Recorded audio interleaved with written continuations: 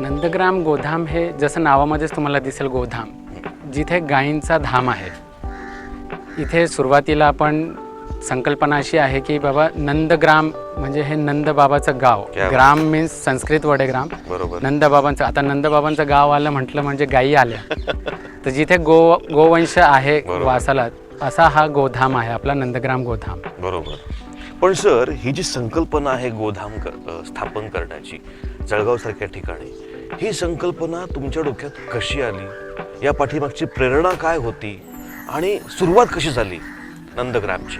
याला आता सविस्तर सांगायचं म्हटलं म्हणजे माझं एज्युकेशन पुण्याहून झालंय, ग्रॅज्युएशन आणि पोस्ट ग्रॅज्युएशन.